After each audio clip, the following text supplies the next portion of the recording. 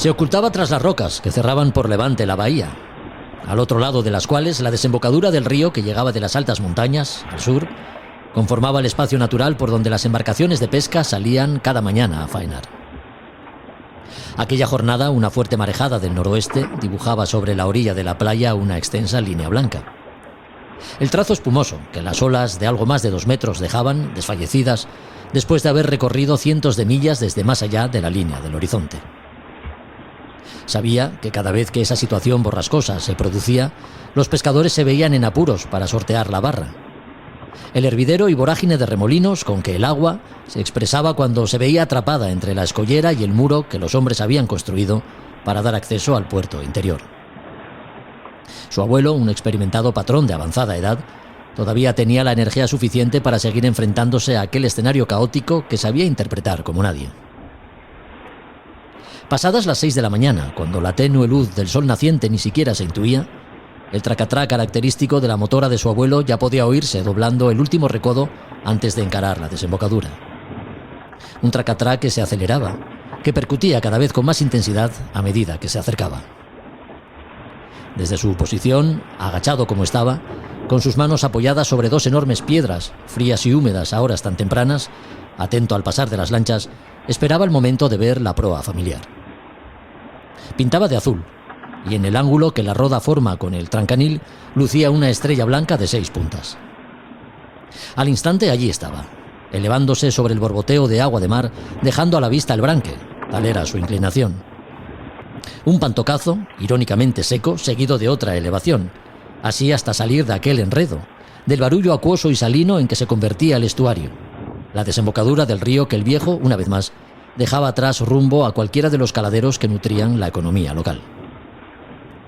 Y así, con el asombro del niño que se deja seducir sin saberlo por una mezcla de incredulidad y admiración, contemplaba cómo su abuelo se alejaba, convirtiendo su tracatrá en un minúsculo punto en medio de la inmensidad del mar. A Son de Mar, el podcast para marinos y amantes de la navegación.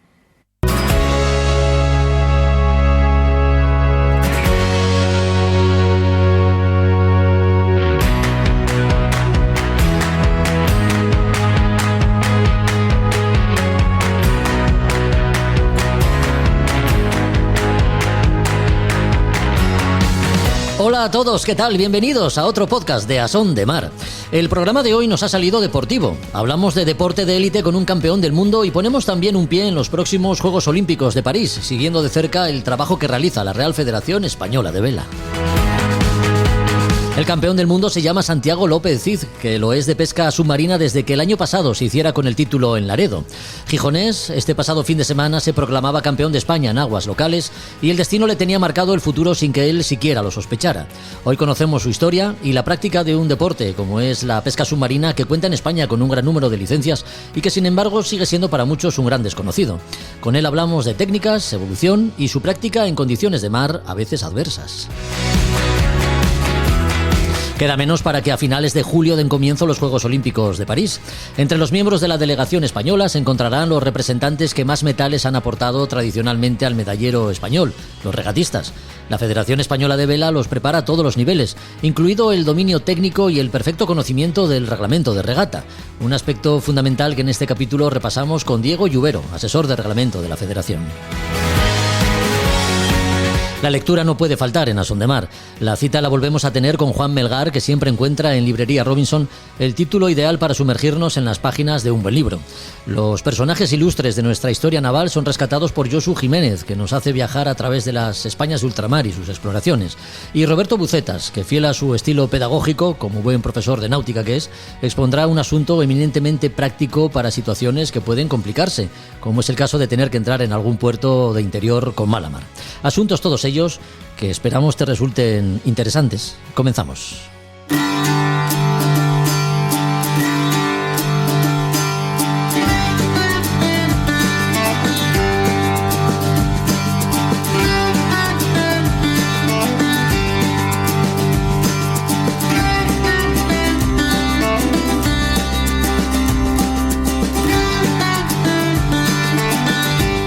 Haya sido por casualidad o por la fuerza del destino, que con frecuencia opera sin darnos cuenta, los próximos minutos hablamos con todo un campeón del mundo que ha llegado a dominar la pesca submarina como disciplina deportiva después de que una lesión en la espalda le obligase a practicar la natación con 25 años, momento en el que el azar hace de las suyas y lleva a nuestro invitado por derroteros que no tenía contemplados y que son los que le han colocado donde está, para disfrutar de las mieles de ser uno de los deportistas de élite con una trayectoria impecable en el ámbito de la pesca submarina.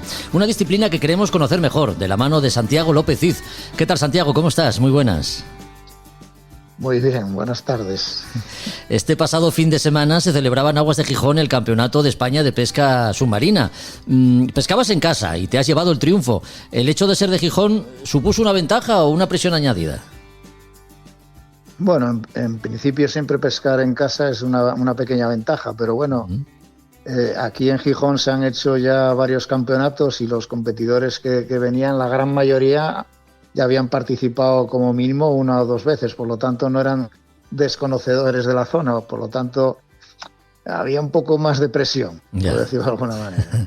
Santiago, queremos conocerte mejor y conocer mejor a través de ti la pesca submarina en su faceta de disciplina deportiva. Hemos hecho una referencia velada a tus inicios. ¿Cómo llegas a su práctica? Cuéntanos.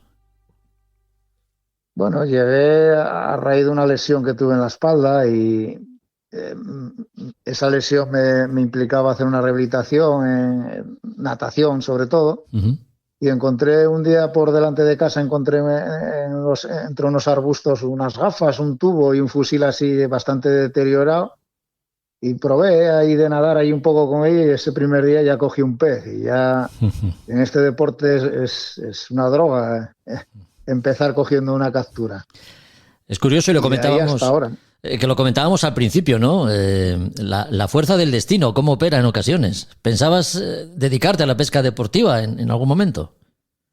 ¿Qué va? No se me había pasado por la cabeza nunca, es que nunca lo había ni probado, ¿no? Es que lo desconocía por completo. Yo toda mi vida he sido deportista porque antes jugaba al fútbol, me dediqué al fútbol bastantes años y a raíz de varias lesiones lo tuve que dejar al final y esto fue lo que acabo de decir, que fue ocasional totalmente, es que lo desconocía por completo este deporte. Sí.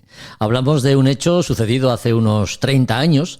El tiempo pasa rápido y con él todo evoluciona y cambia, ¿no? Respecto a la pesca submarina, ¿cuáles han sido las mayores transformaciones o las más destacables a tu juicio, Santiago?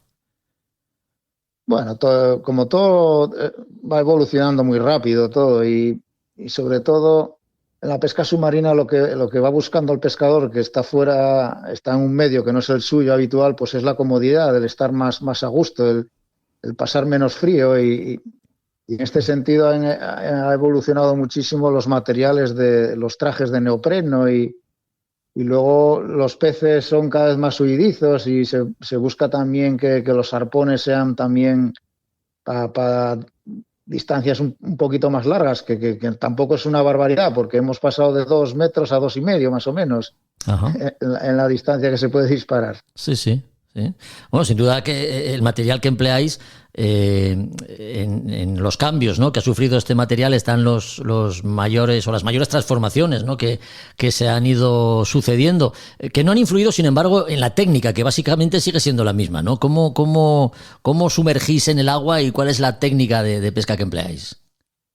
La verdad que sí, que las técnicas sí que han evolucionado poco porque el comportamiento del pez es el mismo de ahora que de hace años y entonces las técnicas, lo único que hacemos es afinar un poco más en los comportamientos, nos fijamos un poco más en lo que acontece debajo del agua. Ya. Y interpretando un poco lo que pasa, viendo pues por qué los peces andan más por esta zona, por qué los peces se juntan en las corrientes, pues interpretando un poco lo que pasa en líneas generales. En el agua es como evolucionas como pescador y es donde al final consigue las capturas. Claro.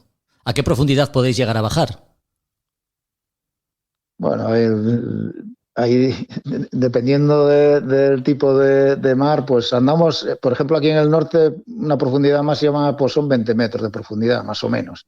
Pero en el Mediterráneo llegan a 40, 45 tranquilamente.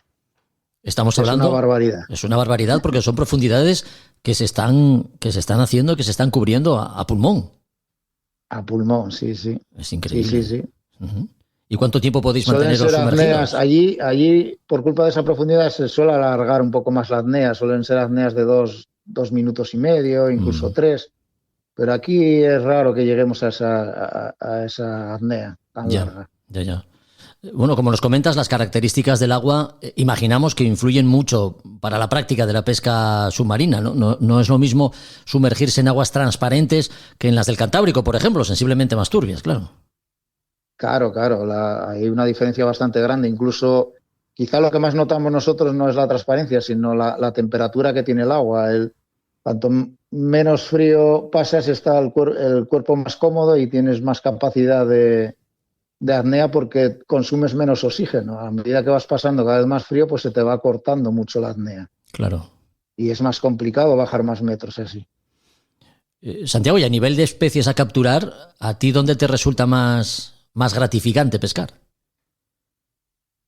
Pues sinceramente me es indiferente porque cada pez tiene su cosilla, por decirlo de alguna manera. Hay peces del Mediterráneo que tienen su gracia de perseguirlos y lo que te comentaba antes, de interpretar cómo actúan, cómo se mueven. Sí. Y luego hay otros aquí en el norte que, pues, por ejemplo, por la característica de las olas, la rompiente, que están comiendo ahí en la espuma, ahí donde es difícil llegar, pues también es muy gratificante, sobre todo cuando te cuesta y acabas cogiéndolo. Ya, ya.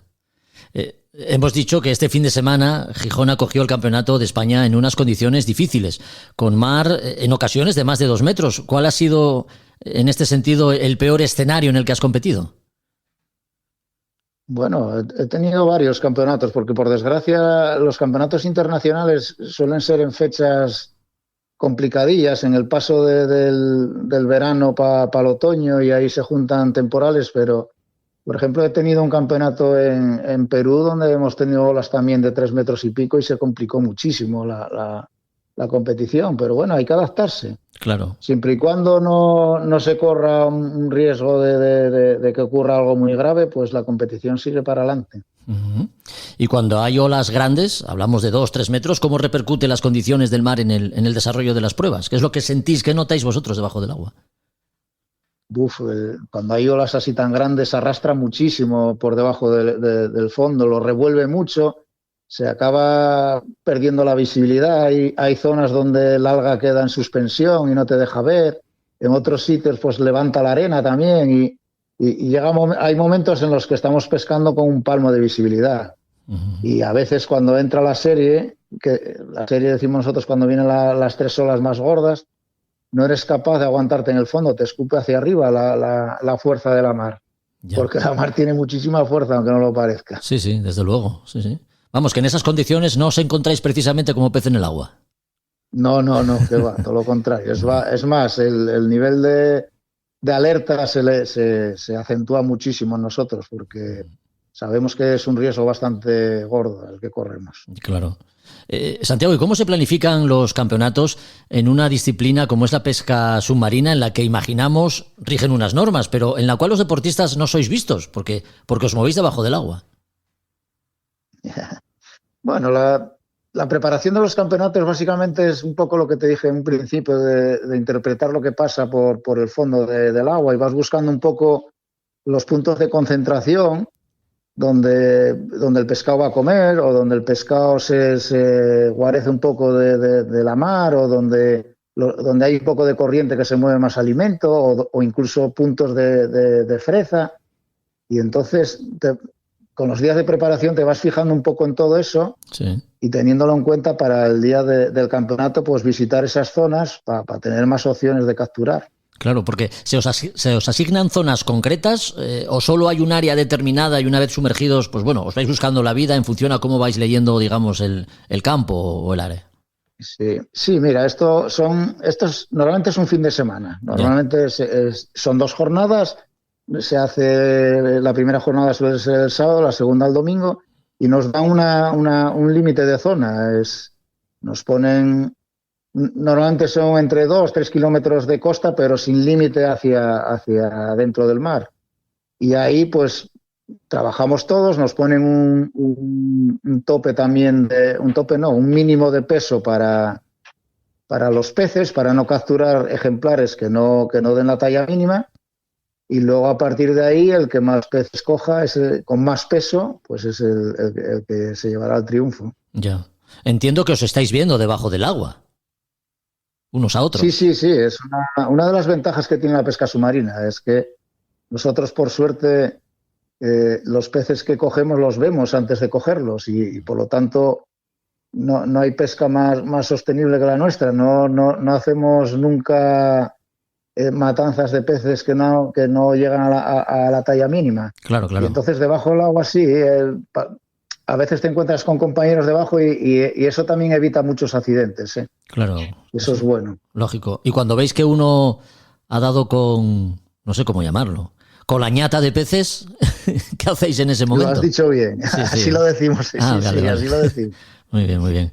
En ese momento, ¿cómo os quedáis? Pues, porque respetamos un poco, intentamos bajar uno, luego cuando él va subiendo baja el otro, para no entorpecernos, porque a veces disparamos arpones y los arpones pueden ser peligrosos, pero bueno, hay mucho respeto en ese sentido. Uh-huh. Campeonatos de España, europeos, lógicamente. En la actualidad ostentas también el título de campeón del mundo tras el campeonato celebrado el año pasado en Laredo, en el que tuviste que competir en categoría masculina contra 72 rivales, lógicamente del más alto nivel. ¿Cómo te preparas y te mentalizas para una prueba de estas características? Bueno, todos los campeonatos básicamente se trata casi de lo mismo. Lo que pasa que en un mundial necesitas dedicar más tiempo porque amplían un poco más el terreno también y porque las expectativas de triunfo se acortan un poco más. Son los mejores participantes que hay en cada país y entonces sabes que estás peleando contra gente muy, muy buena. Pero el trabajo básicamente es el mismo. Sueles utilizar unos 20-25 días de preparación, vas estudiando dónde se mueven las especies y empezar a calcular números y demás para ver cuántos peces necesitas para ganar por día. Uh-huh. Pero básicamente es el mismo trabajo en todas las competiciones. Y en un campeonato del mundo, ¿cuáles son los rivales más duros, los más farragosos? Bueno, nosotros, España, somos la potencia mundial en este deporte, gracias a Dios, pero tenemos ahí varios países como Italia, Croacia y alguno más, que Portugal, dependiendo del tipo de mar que sea, que nos lo suelen poner muy difícil también. Son países que también le dedican mucha preparación, tienen pescadores que tienen muchísima experiencia y la verdad que es una de las cosas que lo hace bonito el campeonato, porque si solo hay un país que lo domina sin que los demás aprieten un poco, yo creo que perdería mucho aliciente. Lógico. Además España, bueno, como cualquier otro país, presenta su propio equipo, ¿no? Quiero decir, no solo eres tú el representante español de pesca submarina. ¿Cómo se compagina una disciplina tan individual con la filosofía de equipo, Santiago? Sí, es un poco la normativa de la Confederación, de la CEMAS. El trabajo en equipo es, porque aquí hay dos títulos, el título individual y el título por países. Uh-huh. Y para que el país gane, necesita la suma de los tres participantes. Esto, que no lo he dicho antes, es que cada país presenta tres deportistas masculinos y tres deportistas femeninas. Uh-huh. Y la suma de esos tres participantes en esas dos jornadas, la puntuación total que le van a dar a su país. Sí. Y de ahí sale el individual y el de países, el resultado final. Y no lo hemos dicho, acabas de apuntar que también hay representantes femeninas y en ese sentido también ostentamos el campeonato mundial. Sí, es así. Sí. Las chicas llevan... Igual me equivoco en la fecha, pero igual son 4 o 5 años que empezaron a introducirse en la pesca submarina y gracias a Dios en España también somos los número 1 con ellas. Han ganado ahora el europeo que hemos estado en Turquía y el anterior, el mundial en Laredo también han quedado campeonas. Es curioso. ¿Y no se contemplan competiciones mixtas, al menos por el momento? No, pero sería una buena idea. Sí. Sí, porque al fin y al cabo, bueno, la práctica de la pesca submarina, las virtudes que tiene un varón también lo puede compartir una mujer, ¿no?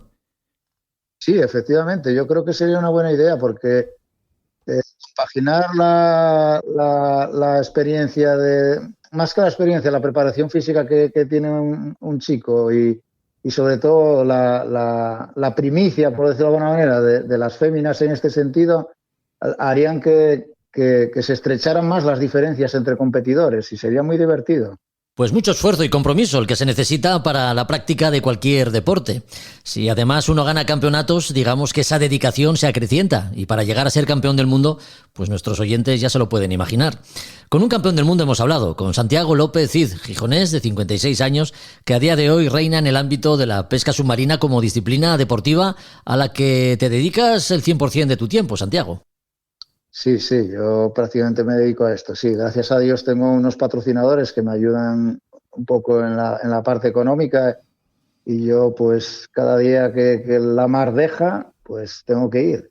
Y claro, ya no solo es por la dedicación, sino porque, como te he dicho en un principio, esto me ha entrado en las venas, esto es una droga que no lo puedo evitar sí. Y en invierno lo paso muy mal, ¿eh? Cuando vienen estos temporales que te tiras en casa 10, 15 días. En casa tengo a mi mujer y a mis hijos que me quieren echar de casa porque estoy insoportable. Sí, porque la bañera no te vale, ¿no? ¿Perdón? La bañera de casa no te vale. La bañera no me vale, no me vale, no. Ahí no me vale, no. Bueno, Santiago, pues muchas gracias por haber compartido con nosotros estos minutos. Enhorabuena por los éxitos cosechados y que sean muchos más. Muchas gracias. Un abrazo fuerte. Adiós. Un abrazo, sí.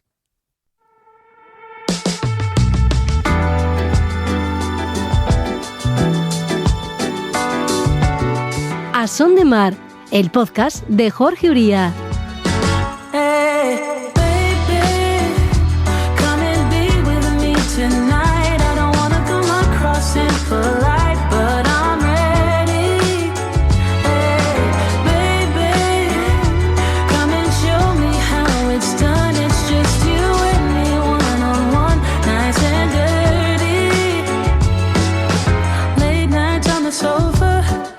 Watching a soap opera, I feel your hands on my body.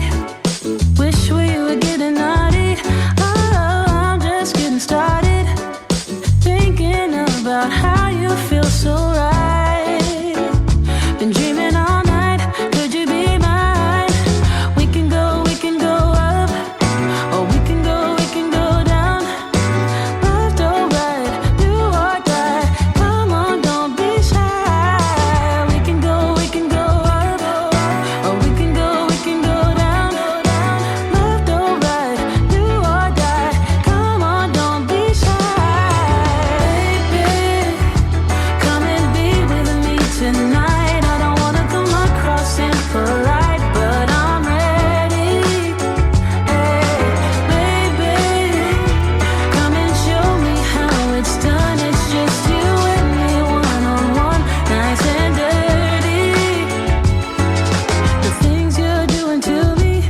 It's like something out of a movie. You see right through me. It's like you already knew me. We can go up, or we can go down.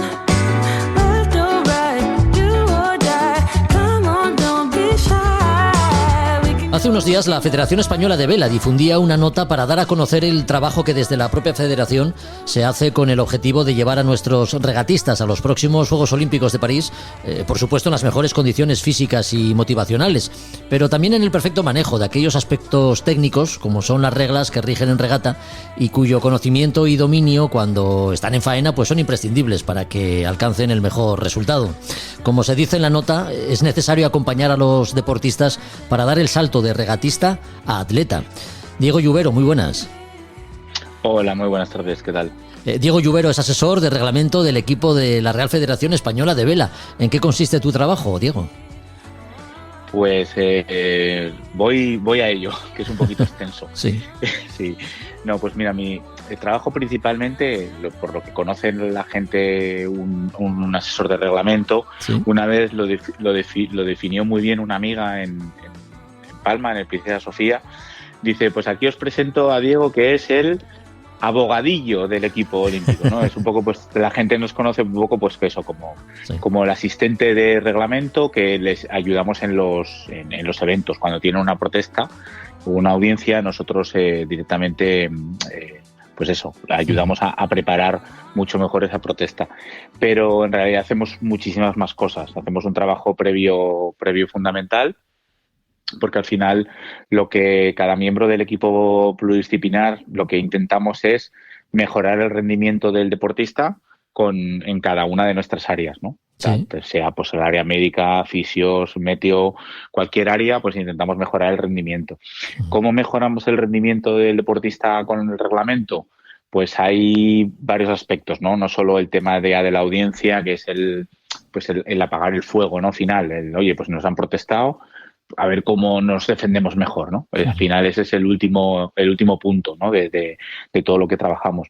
Sí. Trabajamos muchísimo primero la formación de la regla, porque con la regla el regatista siempre va a tomar decisión en el agua. O sea, toda decisión táctica, barco contra barco o barco contra barcos, siempre se toma con el reglamento, acompañada del reglamento.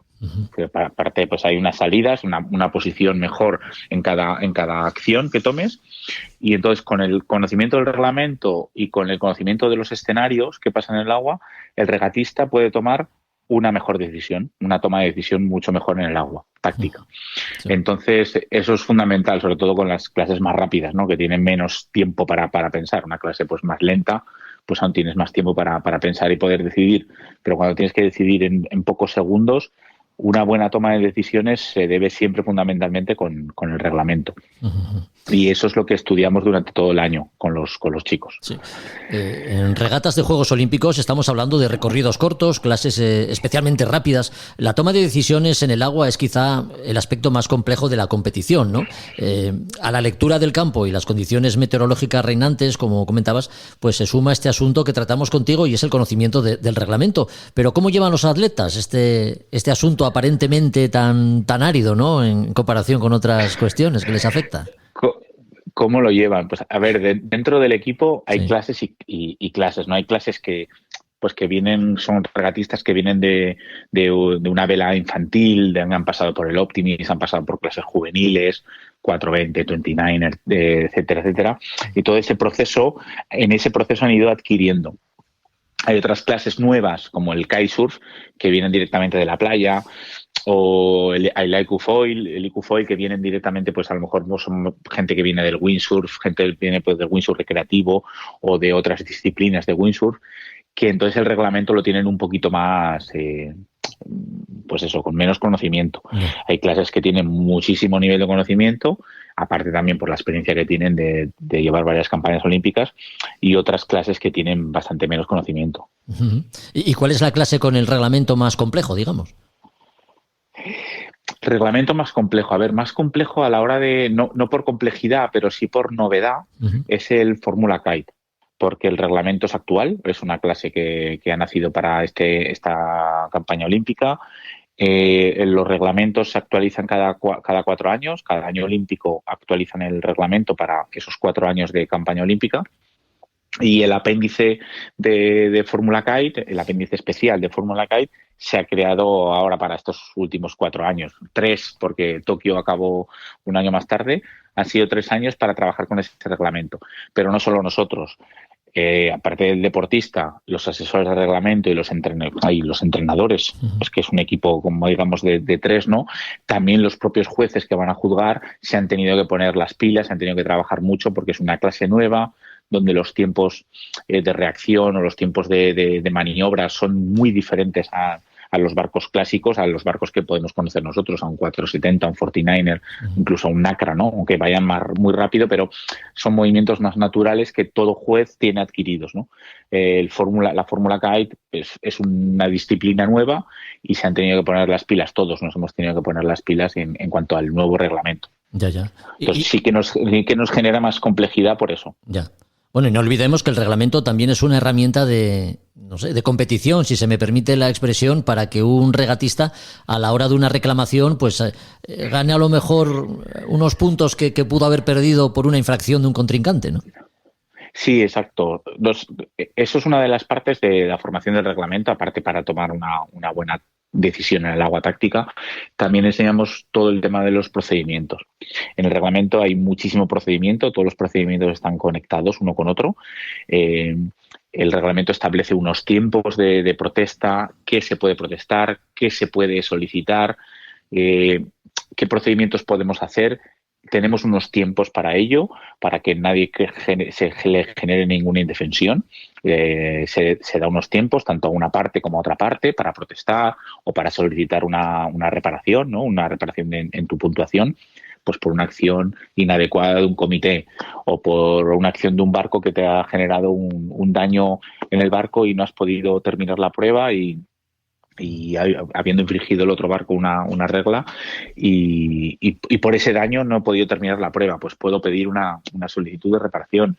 Todo eso se enseña en el reglamento y hay unos procedimientos que son muy importantes para que no se nos escape absolutamente nada, porque de ahí van a valer unos puntos que son cruciales. Claro, los que asesoráis a los regatistas en materia de reglamento, más que abogadillos, sois auténticos notarios, porque conocéis la letra pequeña del reglamento con sus puntos y comas, ¿eh? Bueno, sí. Bueno, claro, todos los que trabajamos, en España tenemos una amplia saga de asesores de reglamento y Sí. mis predecesores han trabajado muy, muy, muy bien, hicieron un trabajo fantástico del que yo me nutro.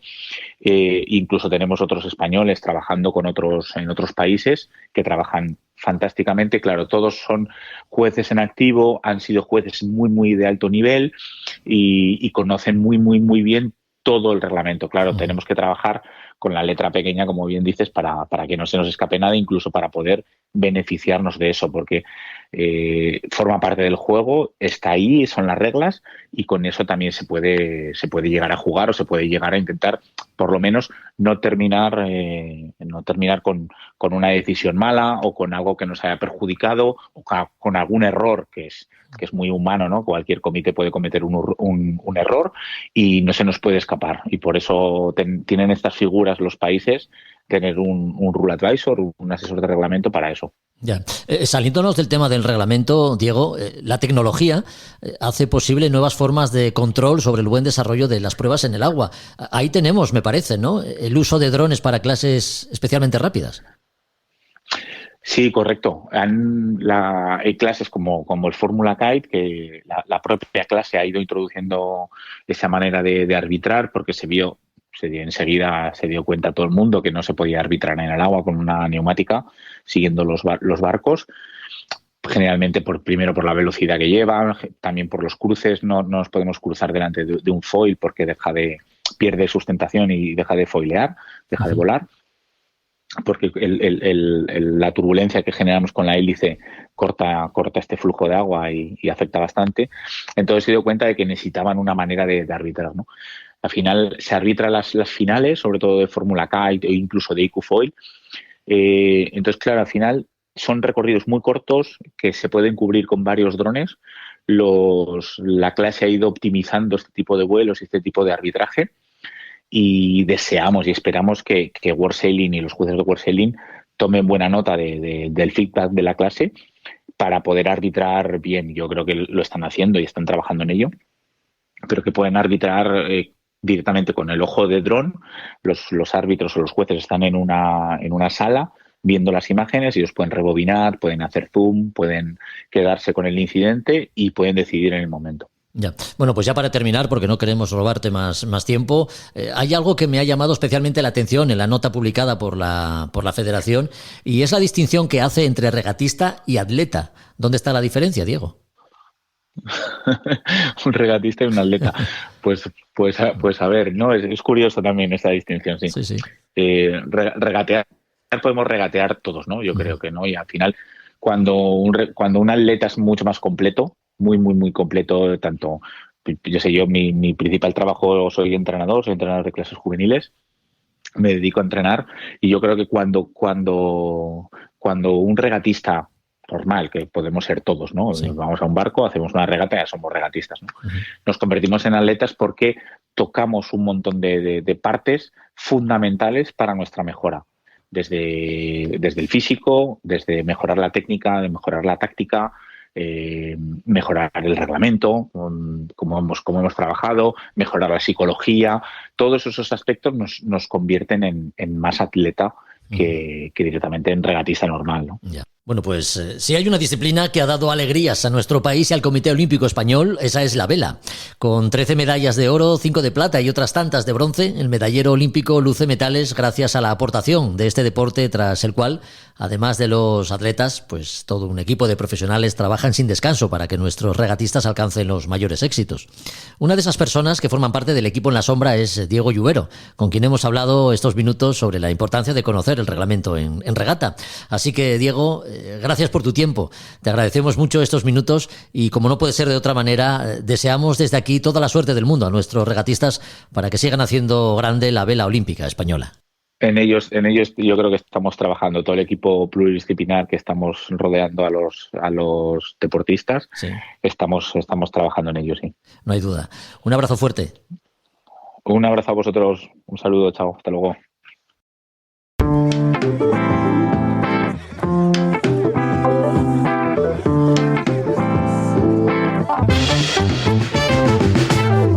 Tiempo para abrir las páginas de cualquiera de los interesantes libros que podemos encontrar en Librería Robinson.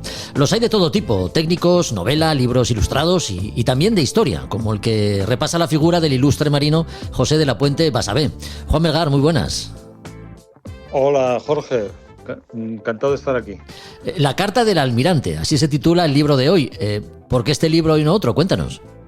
Efectivamente, bueno, este libro es el que ha resultado ganador del Premio de Historia Naval que convocamos todos los años junto con la Fundación Álvaro González de Gijón, que lleva el nombre de don Juan Álvaro González, para premiar pues la mejor obra que a juicio del jurado de Historia Naval resulte premiada, y el ganador siempre se le publica la obra premiada. Muy bien.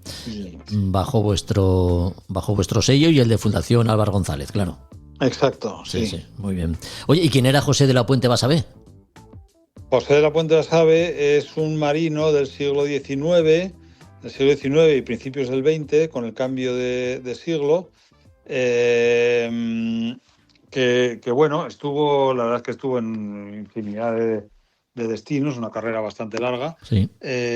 Pero digamos que tampoco es uno de los marinos más importantes en cuanto a que pues hay otros más destacados en el periodo, ¿no? Pues yo qué sé, pues por ejemplo el mismo Cervera o Méndez Núñez, o bueno, varios de estos. La peculiaridad de este libro, y yo creo que es una de las razones que llevó al jurado a premiarlo, es la manera en la que está escrita, ¿no? Porque combina un poco lo que es la historia, el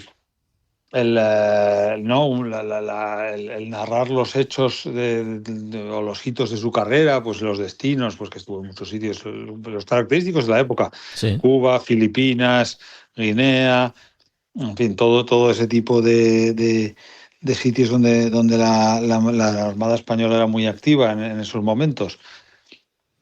Pero tiene una manera muy peculiar de contarlo, porque entre esa narración de los hechos históricos en sí y se traslada hoy en día, ¿no? Entonces hay un juego con los personajes, con un señor mayor que está en una residencia, con otro hombre. Bueno, no quiero desvelarlo porque entonces haría un poco el spoiler, ¿no? ¿Cómo se le llama? Ya. Pero tiene ahí sí una manera original y divertida de contarlo. Ya. Entonces eso hace que el libro pues no sea simplemente pues una biografía al uso en el que pues fulano nació y estudió no sé qué, se casó con... O sea, que todo eso está también y es muy interesante ver cómo hace un recorrido a través de todo lo que es la marina, el final de la marina romántica, ¿no? Del periodo de la Restauración y el comienzo del siglo XX, y ese también pasando obviamente por ese shock que fue para España el año 1898, que eso es que sobre todo para la Armada supuso un un fin de ciclo después de siglos, ¿no? De presencia en ultramar, a de repente la nada, de repente ya simplemente ceñirse a las aguas peninsulares y Canarias y poco más. Guinea y se acabó, porque se quedó España sin más presencia de ultramar, más allá de eso. Ya. Y entonces es un libro curioso que gustó mucho y que acabamos de publicar y está teniendo muy buena acogida, la verdad. Se está vendiendo bastante bien. Ya, digamos que estamos ante un libro a caballo entre hechos históricos y la crónica, ¿no? De este almirante José de la Puente Basabé, cuya carrera, digamos, ejemplar, porque fue así, acabó como terminan muchas en este país, Juan. Pues sí, siempre tienen esas cosas, ¿no? Porque al final, pues cuando uno llega a determinados niveles, pues ya empiezan la política, el politiqueo, ese tipo de cosas que todos conocemos y que son tan viejas, yo creo que como el hombre y como las organizaciones. Y cuanto más está uno cerca de la cúspide, pues más hábil tiene que ser con el manejo de todas las pasiones, las buenas y las malas que caracterizan al ser humano. Ya.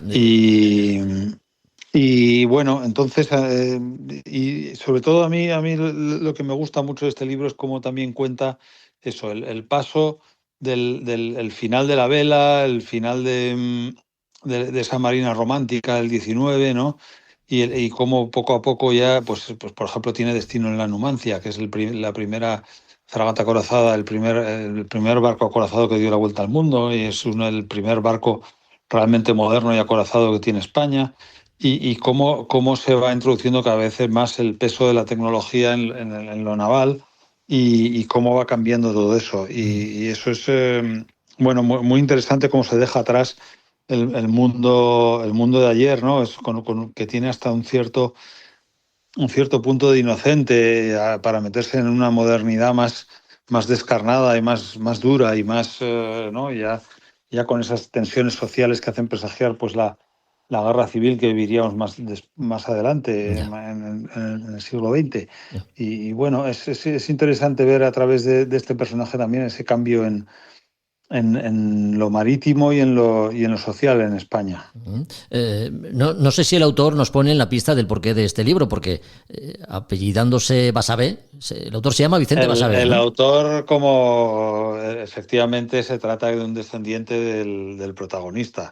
Él es también marino, es capitán de navío ya retirado, con lo cual pues también sabe muy bien de lo que habla. A nosotros los autores que son marinos, ya sabes que nos gustan mucho porque al tratar el tema marítimo lo hacen con especial cuidado y con el lenguaje siempre adecuado y sabiendo de lo que hablan. Porque a veces sí hemos tenido, me han caído en nuestras manos libros pues que no están, se nota que no están o escritos por marinos o incluso cuando se han traducido, cuando en caso de libros extranjeros, que la traducción de repente tiene pues errores garrafales, lo cual pues te saca de la lectura, ¿no? Es un poco pena porque a veces libros que podían estar bien pues, solo por esa falta de cuidado pues no resultan ahí todo lo buenos que deberían ser. Digamos entonces que este libro, La carta del almirante, viene a ser una manera de reparar el daño causado a este hombre y rescatar para la historia, ¿no? Su figura, la de José de la Puente. Sí. Siempre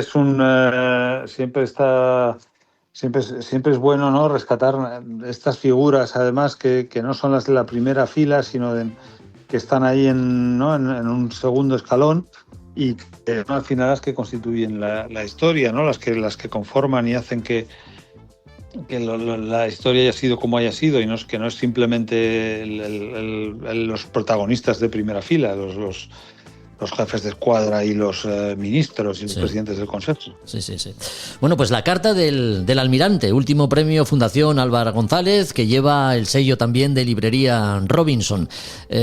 Su autor, Vicente Basabé, ha escrito pues la vida y obra de quien fue su antepasado, José de la Puente Basabé, que fue protagonista en esta sección de libros que siempre tenemos con Juan Melgar, a quien solicitamos siempre estos datos. ¿Cómo nos podemos poner en contacto con librería Robinson, Juan, para pedir alguno de vuestros títulos? Pues mira, lo que más nos gusta siempre es poder estar directamente con el lector y que venga a visitarnos a nuestra librería en la calle Santo Tomé número 6 de Madrid, donde estamos encantados de charlar de libros, de recomendar y donde mejor se pueden ver siempre los libros antes de comprarlos. Y el que no pueda venir, pues siempre puede ver nuestra web nauticarobinson.com o nos puede escribir un email o llamar por teléfono o como más cómodo resulte. Pues así lo hacemos. Gracias una vez más por todo y hasta el próximo capítulo. Juan, un abrazo. Hasta la próxima, Jorge. Muchas gracias. A Son de Mar, el podcast para marinos y amantes de la navegación.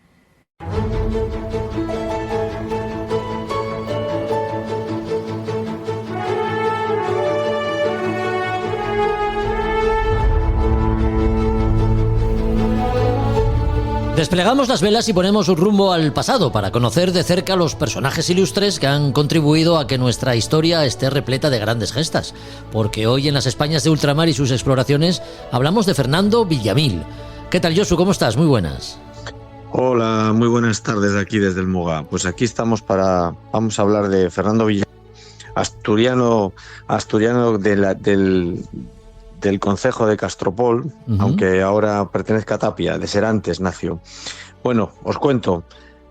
Fernando Villamil fue hijo, de una familia de Alga y nació en 1845.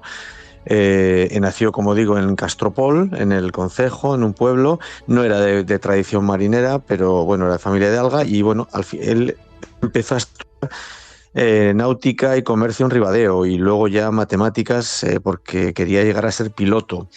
Al final se presenta, hace los ejercicios digamos que eran necesarios para los exámenes y entra en la Marina, en la Armada Española en 1861. Ese es, digamos que es el primero de los Villamil que es marino. En principio, como todos los que empiezan, pues empieza navegando de guardia para ascender a guardia marina y ya empieza su periplo voy a decir un poco rápido, un poco esto, va a la división que opera en Santo Domingo en 1863, que mucha gente quizá no conozca que aunque Santo Domingo fue independiente, entre 1861 y 1865 volvió a ser provincia española por petición de los propios dominicanos. Por muchas razones que tampoco es cuestión ahora, ¿no? Retornó a la corona española. Entonces, pues allí estuvo combatiendo, luchando y defendiendo en el vapor Isabel la Católica, en el vapor Velasco, etcétera. De ahí él, vuelve otra vez, tiene sus navegaciones y vuelve a España. Después, en 1867, vuelve a Filipinas, donde allí tenía a su padre que estaba deportado por temas políticos, que en la época como ahora, pero de otra manera, ¿no? Y allí navega en labores de vigilancia, etcétera, etcétera. Total que él va consiguiendo poco a poco, batiendo su experiencia, consiguen la Cruz Roja de primera clase en una serie de combates contra los piratas en las islas de Joló, etcétera. Y luego de allí ya sale para España con 28 años, en 1863 llega allí y en España se hace cargo de profesor en la escuela naval que estaba en la fragata Asturias, la fragata flotante. De allí sale el 30 de julio de 1874, sigue de profesor hasta que se destina a Cuba. Todo esto, es decir, él va teniendo un desarrollo que era más, después ya un poco más en principio la docencia, pues él al fin y al cabo era un hombre también una parte de científico, ya que era matemático. Digamos que va pasando el tiempo y estamos en la época que se conoce como la paz armada, es decir, la época en la cual todos los países iban armándose, armándose aunque no había guerra. Después reventó esto en 1914. En esta época de la paz armada, todas las marinas estaban desarrollando, había una serie de escuelas, como la escuela francesa de torpederos y barcos más pequeños pero que ataquen, y otros que eran la escuela de los, ¿cómo se llama?, de los acorazados. En España pasaba lo mismo, la Marina tenía una disminución en el número de sus barcos y los arsenales estaban repletos de barcos esperando reparación, y Villamil, pues con sus conocimientos y demás, expone sus ideas, y él es más de bueno, pues sus ideas eran más hacia la escuela francesa de los barcos, de los buques pequeños y rápidos. Con esto él en principio empieza a diseñar y empieza a trabajar y propugna lo que es a partir del conflicto de las Carolinas, que eran de España, y el Imperio Alemán quería cogerlas para sus estaciones de carboneos. Entonces, bueno, pues junto con empieza a trabajar en la posibilidad de un contratorpedero que pudiese no solo defenderse, sino atacar por sí solo. Y que hasta ese momento nadie era capaz de llegar a un diseño de buque que pudiese lograr esto. ¿Qué pasa? Bueno, pues entonces él, apoyado por el Ministerio de Marina, le dice que construya usted, le dijo el vicealmirante Pezuela, construya usted su destructor. Hizo su proyecto, que en principio sería un cazatorpedero, que se llamó Destructor, y al final, pues bueno, no había capacidad de construcción en España y se trasladó a Escocia. Estuvo allí, consiguió con su tesón que se construyese lo que él ya no llamaba un cazatorpedero, sino bueno, le llamó el nombre de ese barco se llamaba Destructor, que luego, bueno, como todos sabéis, hay una categoría de buques que se llaman así. Cuando ya se hicieron las pruebas de mar con todas las bastantes potencias como Alemania, Francia o la misma Inglaterra, observando ese barco tan distinto en cierta manera de los torpederos habituales. En las pruebas de mar consiguió los 23 nudos. En los periódicos de la época y la prensa del mundo consideraron aquello un verdadero y trascendental acontecimiento en la historia de las construcciones navales. Cogió la categoría de Villamil, cogió un nivel enorme, incluso bueno, la revista de Engineer le dedicó los grandes elogios. En la prueba definitiva, la madrugada del 24 de enero de 1887, sale de Escocia y a la mañana siguiente, con mal tiempo, está en Muros. Villamil entonces ya es comandante de su barco, el Destructor, que es el que dio origen a los famosos categoría destroyers, que son los destructores, porque todas las marinas empezaron a copiar este diseño.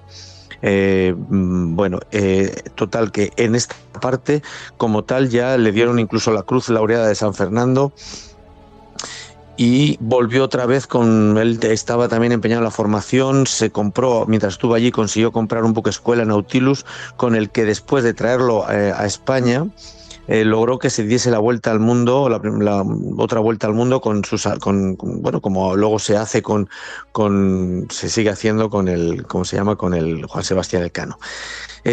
Hasta ahí viene un poco la vida de este hombre. Hasta después fue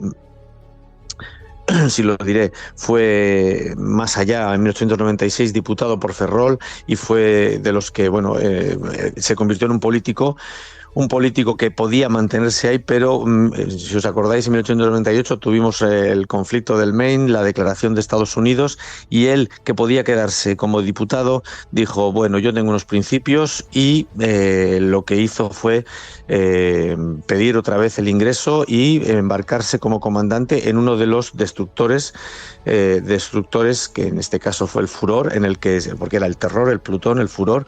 Bueno, pues el Furor fue en el que él se embarcó, y desde allí, con los 3 destructores junto con la escuadra del almirante Cervera, salieron hacia Cuba. Y allí, no voy a hablar de la batalla, por supuesto, que es otra historia, pero en aquella salió con el Furor a toda máquina para enfrentarse a la escuadra superior británica, en la cual, bueno, pues él murió como un héroe.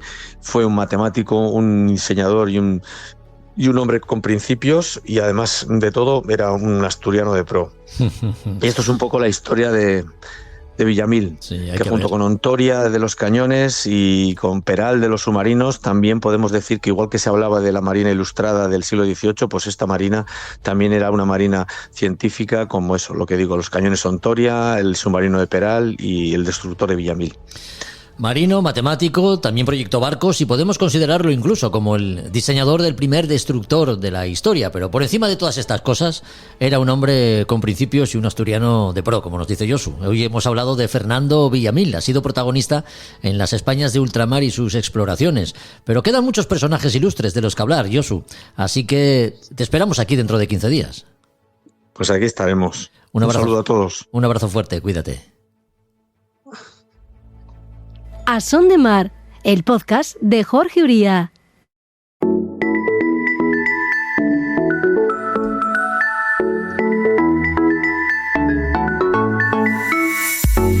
El pasado fin de semana, un total de 9 veleros navegamos de Gijón a Ribadesella con viento fresco del oeste-noroeste, sobre todo a media mañana, y olas que superaban en ocasiones los 2 metros. Cuento esto porque en determinadas condiciones de mar, la entrada en Ribadesella puede complicarse hasta extremos que llegan a ser peligrosos. Se trata de un puerto de interior, donde desemboca el Sella, a donde llegan los piragüistas tras cubrir el recorrido del famoso descenso internacional del río.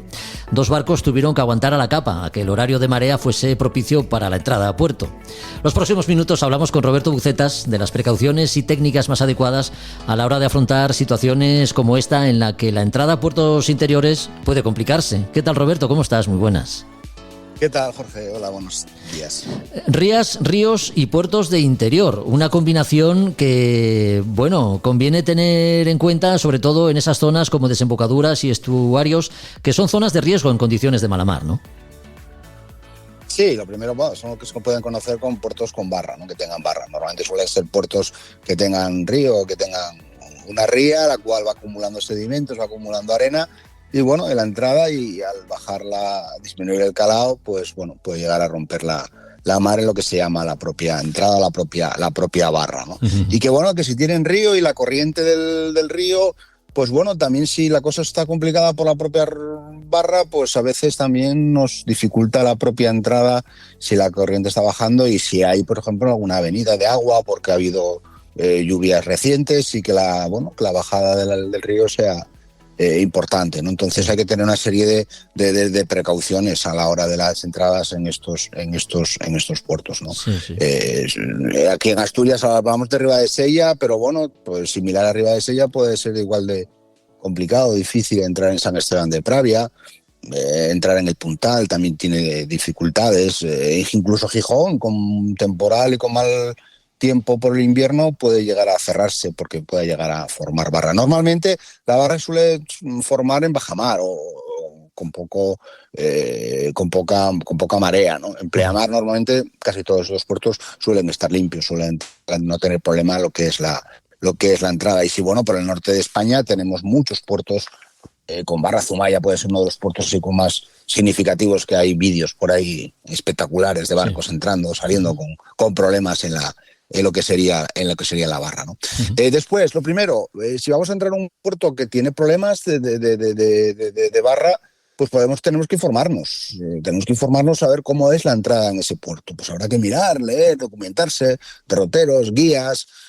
Muchas veces llamar al propio puerto. En ese puerto habrá un puerto deportivo. Pues si hablamos con el puerto deportivo, decir, oye, ¿cómo estará o cómo está la barra? ¿Y por qué? Porque la documentación que podemos encontrar, que es la acumulación de arena, pues se mueve, no es fija. Muchas veces esos tómbolos de arena pues se van moviendo y a veces la entrada está más pegada al muro, a lo que sería la escollera, o está más pegada un poco hacia la mar. Entonces hay que preguntar y a veces pues bueno, pues documentarse un poco al respecto, y que nos recomiendan, porque muchas veces la documentación o la propia carta o el derrotero nos está diciendo la entrada y a veces pues esa entrada está un poco modificada. Suelen tener enfilaciones, suelen tener boyas marcando un poco lo que es la entrada, y bueno, respetar escrupulosamente todo lo que sería ese balizamiento, ¿no? Y informarnos también, bueno, pues si vamos con una travesía con destino a un puerto, y pues igual tenemos que buscar puertos alternativos, porque a veces llegamos al puerto y no podemos entrar, y si está la entrada rompiendo la barra, pues no deberíamos entrar. Pues oye, puertos alternativos, pues bueno, si estamos en Ribadesella, pues podemos buscar alternativa a Lastres, que lo tenemos cerca. Uh-huh. Si estamos en San Esteban de Pravia, pues podemos buscar a Avilés, que lo tenemos cerca. Bueno, tener un poco preparado ese plan de viaje, preparado esa travesía. No salir a la aventura, que salir a la aventura a veces normalmente siempre depara a veces situaciones un poco comprometidas, ¿no? Ya. Centrándonos un poco en lo que es la propia entrada, una norma básica de entrar en puertos con barra es de media marea hacia arriba, es decir, con la marea entrante y de media marea hacia arriba. ¿Por qué? Porque si tocamos por cualquier circunstancia, porque bueno, en esos sitios solo está comprometido lo que es la sonda, el calado, siempre al subir la marea no vamos a tener problemas. El problema es que lo hacemos bajando la marea y un poco que toquemos y quedemos un poco varados, pues vamos a tener un problema serio. Vamos a tener un problema serio porque vamos a quedar varados en un lugar en el cual, pues bueno, las condiciones de mar no son favorables y el barco puede correr riesgos graves de su propia integridad, ¿no? Y al igual que la tripulación muchas veces, ¿no? Hay que, antes de acometer la entrada, pues observar la barra 2-3 veces, la serie. Las olas no vienen en un movimiento uniforme, vienen por series y te vienen normalmente es unas 3 olas que suelen ser más grandes que el resto de lo que sería la mar que hay en ese momento. Pues observamos 2-3 veces la serie y vemos un poco si rompe o no rompe. A lo mejor viene la serie y está limpia la entrada y podemos acometer la entrada sin más problema, ¿no? Sonda, bueno, tener la sonda conectada, saber en cada momento el calado que vamos a tener, aunque bueno, de poco nos sirve cuando estamos viendo por popa, mirando para popa, por el rabillo del ojo y vemos la ola que viene y que la vemos que va a romper. En ese momento la sonda va a ser ya... Es tarde, en el caso es tarde, ya llegamos tarde. Mantener la estabilidad de rumbo. Si vemos que está un poco viniendo la serie, mantener el rumbo popa a la mar, ¿vale? La ola lo que nos va a hacer, aunque llegue a romper, vamos a surfearla. Pues la surfeamos y salimos. Y nos mete, en ese caso nos mete dentro de lo que sería el puerto. Lo peor de todo es tener un poco inestable el rumbo y que esa primera hora nos pueda atravesar. Claro. Y que no nos dé tiempo a responder y que volver a poner la popa a la mar y la segunda ola pues nos envuelve, nos enrolla y nos puede incluso hasta tumbar. Entonces, una persona a la caña esté muy concentrada en lo que está haciendo y que tenga, que tenga firmeza en lo que sería mantener el rumbo, porque lo más importante es eso, no atravesarse a la mar en esas circunstancias, ¿no? Uh-huh. Es una de las cosas más importantes. Si contamos con barcos ya motoras, no barcos de vela, que tengan cierta velocidad, pues se puede mirar y contar y cronometrar la serie. ¿Cuánto tarda en venir la siguiente serie? Pues oye, nos tarda 20-30 segundos. Pues oye, en 20-30 segundos, si tengo un barco que tiene máquina, me cuelo entre serie y serie. Esas cosas ya estaríamos ya buscando cosas un poco comprometidas, cosas que no deberíamos hacer. Un barco que da una velocidad de 5 nudos, 6 nudos, pues va a trabajar la velocidad de la mar, de las olas, es mucho mayor que la del propio barco. Entonces, podemos comprometer que nos pille la ola, la serie en el medio de la barra, ¿no? Ya. El importante, pues si hay que esperar, esperamos a que suba la marea, a que sea la pleamar. Esperamos a la pleamar y a la pleamar entramos, ¿vale? Sí. Es una de las cosas que tenemos que tener presente, ¿no? Y sobre todo, evitar atravesarse, ¿no? Un barco que está atravesado en una rompiente, ese barco, va a tener problemas, va a poder tener problemas serios, ¿no? Lo cierto es que estamos hablando de situaciones en las que el escenario se vuelve endiablado, ¿no? Porque por un lado estamos hablando de que nos coincida en bajamar con oleaje y la corriente del río. No sé qué más se puede pedir. Ya, eso. Pues todas esas cosas tenemos que evitarlas nosotros. Claro. A poder ser que la corriente, la marea esté subiendo, estando subiendo, pues vamos a tener menos posibilidades de que rompa. Tenemos que observar que podemos entrar. A lo mejor es que no podemos entrar en pleamar. Y si no se puede entrar, no se puede entrar. No podemos luchar contra la naturaleza. Está claro. Pues pues estos puertos alternativos o dar la vuelta para el puerto de salida. Pero tengo pensado ya que, mira, si no podemos entrar en Ribadesella, pues entramos en Lastres, que es un puerto que está relativamente cerca. Sí, se puede complicar mucho las cosas, y en la situación que me estás comentando de Ribadesella, pues es un clásico que todos los años aparece en la playa, pues 2 o 3 barcos. Así es. Un clásico, es un clásico. Eso no es una cosa que sea novedosa en esas circunstancias. Y a veces queda todo un susto y otras veces, que se encadena, circunstancias que pueden ser de mayor gravedad, ¿no? Para lo que sería la embarcación o la tripulación, en este caso, ¿no? Sí. Y bueno, siempre es bueno tener un buen seguro, ¿eh? Sí, no. Un buen seguro con asistencia, con coberturas de asistencia y remolque, ya lo hemos comentado más de una vez, es importante tener un buen seguro si andamos arriesgándonos y jugándonos el tipo con estas entradas, que no deberíamos hacerlo, ¿eh? No hay que correr riesgos innecesarios, una de las máximas en seguridad, ¿no? Hablando de la mar. Bueno, pues Ribadesella es un ejemplo, pero seguro que nuestros oyentes conocen casos concretos en el Cantábrico, como hemos dicho nosotros, como hemos comentado, y también seguramente en el Mediterráneo, ¿no? Ríos, estuarios o desembocaduras, zonas de acceso a puertos de interior especialmente sensibles a condiciones de mar desfavorables, lo que las convierte en áreas que conviene conocer, y si la cosa está fea, pues mejor no atravesar. Con Roberto Bucetas hemos hablado de las precauciones a tener en cuenta en este tipo de situaciones. Roberto, gracias, como siempre, por tus comentarios. Nos volvemos a escuchar en 15 días. Gracias a vosotros, un fuerte abrazo. Un abrazo. Pues hasta aquí otro podcast de A Son de Mar. Volvemos en 15 días con más contenido náutico. Recuerda que si los de hoy te han gustado, puedes compartirlos en cualquiera de las plataformas que emplees para escucharlos. Volvemos, como decimos, en 2 semanas. Hasta entonces, adiós. A Son de Mar, la náutica en un podcast.